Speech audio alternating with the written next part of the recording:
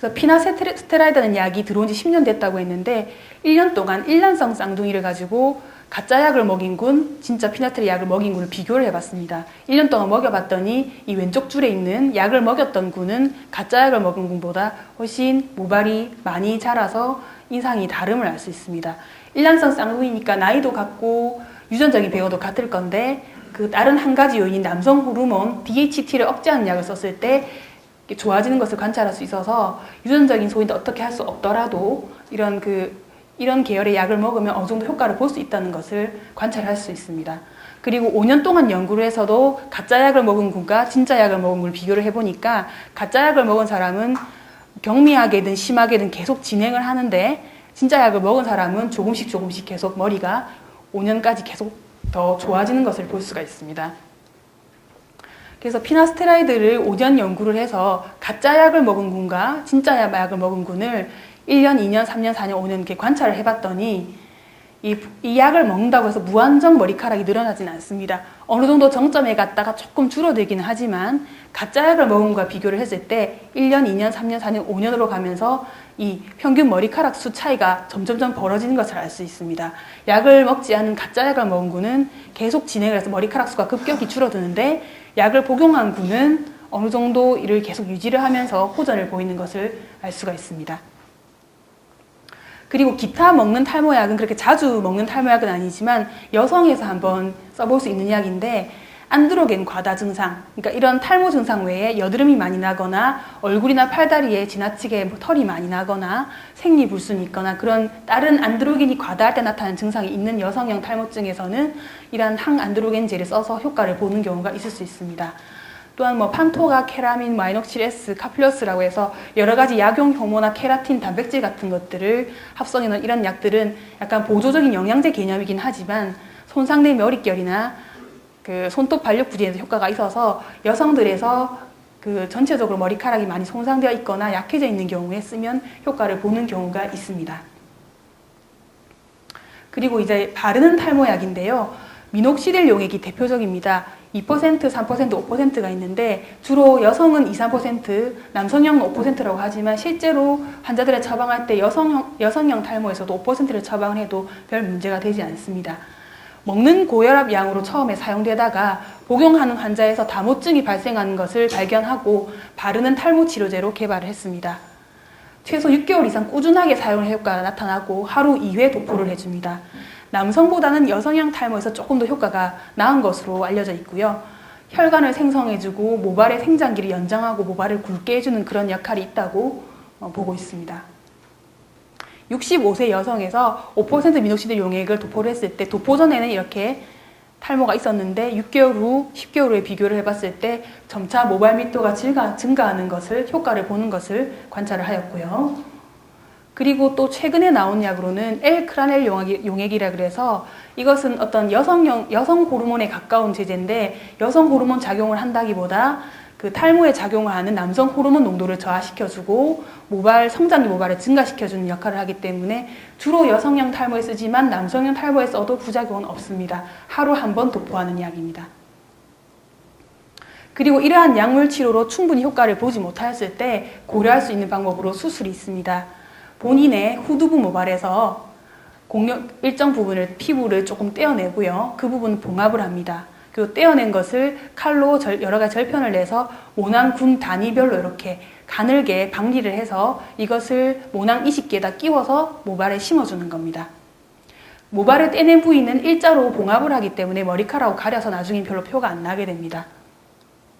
그래서 수술 전에 이런 모습이고 수술 직후에 이렇게 모발 이식기로 여러 핏자국이 지금은 직후니까 표가 나죠. 이렇게 심어준 것을 볼 수가 있고요. 수술 전 환자 M자형이 심한데 수술 14개월 후에는 이런 앞머리 라인이 많이 보정되었음을 관찰할 수 있습니다. 그리고 남자 52세 환자인데 이 환자는 굉장히 많이 진행된 상태에서 왔습니다. 수술 전이었고 수술 5개월 후에 앞머리 라인이 조금 더 살아났고 모발이 굵어져서 가릴 수 있는 모발이 많아졌습니다. 남자 32세 환자고 수술 전에 이렇게 앞머리가 M자로 많이 들어갔는데 수술 6개월 후에 앞머리가 많이 나와 있음을, 많이 교정되었음을 볼 수가 있습니다. 그런데 이런 수술을 한다고 해서 이게 끝이 아니고 수술 전후로 해서 약물을 계속해서 복용을 해줘서 이 효과를 배가시켜야지, 수술만 하고 약물을 복용을 하지 않으면 심었던 머리는 남아있지만 나머지 부분이 진행을 해서 심은 부위가 섬처럼 남아있는 그런 이상한 모양이 될 수가 있기 때문에 약물요법은 계속해서 병용을 해주는 것이 적절합니다. 그리고 이러한 병원에서 처방하는 약물 치료 외에 또 수술적인 치료 외에 평소에 어떤 주의할 게 있느냐고 많이들 물어보시는데, 잘 아시겠지만 헤어드라이기 사용은 모발에 좋지 않습니다. 특히 젖은 머리를 뜨거운 열을 많이 가해서 하게 되면은 이렇게 거품 모발이 됩니다. 안에 머리카락에 기포가 생기면서 잘 부스러지는 머리카락이 되고 쉽게 손상되게 됩니다. 그래서 헤어드라이기 사용을 줄이고, 그리고 머리카락을 빗을 때 빗살 간격이 넓고 끝이 둥근 빗을 사용해야지, 빗살 간격이 좁고 뾰족한 것을 사용하게 되면은 두피에 상처를 주게 되거나 그 머리카락이 많이 손상이 되기 때문에 이러한 빗들을 사용해서 과도한 빗질은 삼가하는 게 좋고요. 또 머리가 젖은 상태에서 손상이 잘 되기 때문에 머리가 젖은 상태에서 드라이를 많이 하거나 빗질을 많이 하는 것은 피해주는 게 좋습니다. 또 머리를 감으면 머리가 빠지기 때문에 머리를 잘 안 감겠다 하는 분들이 있는데, 적절히 머리를 감아서 두피를 청결히 해주는 게 오히려 좋습니다. 머리를 감으나 안 감으나 어차피 빠질 머리카락은 빠지기 때문에 머리는 적절히 보통 사람처럼 감아주는 게 좋고, 단 여름에 땀이 나서 자주 감게 되는 경우는 한번 그 머리를 감을 때 샴푸 양은 조금 줄여주는 게 모발 손상을 줄일 수 있는 길이 됩니다. 그리고 모발에 좋은 음식과 안 좋은 음식이 뭐가 있냐고 많이 물어보십니다. 기름에 튀긴 음식은 혈중 콜레스테롤을 높여서 두피 혈액순환 장애를 주게 되고요. 동물성 지방이 남성 호르몬 농도를 증가시키기 때문에 흔히 말하는 트랜스 지방이라던가 동물성 지방, 안 좋다고 말하는 것들이 모발에도 좋지 않기 때문에 이런 것들을 많이 섭취하지 않도록 하는 것이 좋습니다. 백설탕이나 조미료, 표면 밀가루 같은 정제된 음식들, 그리고 당분이 많은 음식들은 인슐린 분비를 촉진시키고 남성 호르몬 분비를 증가시키기 때문에 모발에 좋지 않겠고요. 심하게 다이어트를 해도 탈모를 일으킬 수 있고, 과음을 하거나 흡연을 했을 때도 모발에 좋지 않기 때문에 우리가 흔히 말하는 좋지 않다고 하는 것들은 다 피해주면 됩니다. 그리고 탈모 예방을 위한 좋은 음식에는 충분한 단백질을 섭취해주는 게 좋은데, 보통 검은 콩, 검은 깨를 많이 물어보시는데 꼭 검은 콩이 아니라도 됩니다. 노란 콩도 되고 붉은 콩도 되고, 콩에 있는 충분한 양질의 단백질 섭취를 해준다면은 탈모 예방과 머릿결을 좋게 유지하는 데 도움이 되고요. 콩에 있는 어떤 물질이 항산화 효과도 있고 5알파 환원 효소 DHT로 가는 그 과정을 막아주는 그런 역할도 하기 때문에 콩을 많이 먹어주는 건 도움은 되지만 콩만 먹는다고 탈모가 예방되는 건 아니기 때문에 다른 단백질도 같이 섭취를 해주는 게 좋고요. 그리고 비타민도 골고루 섭취해주는데 특히 비타민 A하고 D가 좋다고 되어 있습니다. 그리고 충분한 미네랄도 섭취를 해주는 게 중요한데, 미역이나 다시마 등 해조류에 철과 요오드, 칼슘 등이 모발을 윤기 있게 하고 성장을 하는 데 도움을 주게 됩니다. 이걸 살펴보시면 사실 우리가 건강에 다 좋다고 하는 그런 음식들임을 알 수 있습니다. 이런 것들을 골고루 먹어준다면 탈모 예방에 도움이 될 것입니다. 마지막으로 당부의 말씀을 드리겠는데,